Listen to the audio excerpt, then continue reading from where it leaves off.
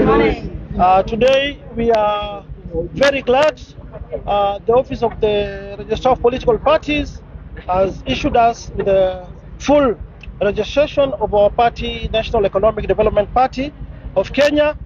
We started this journey in 2019, and then we lodged the documents in these offices in 2020.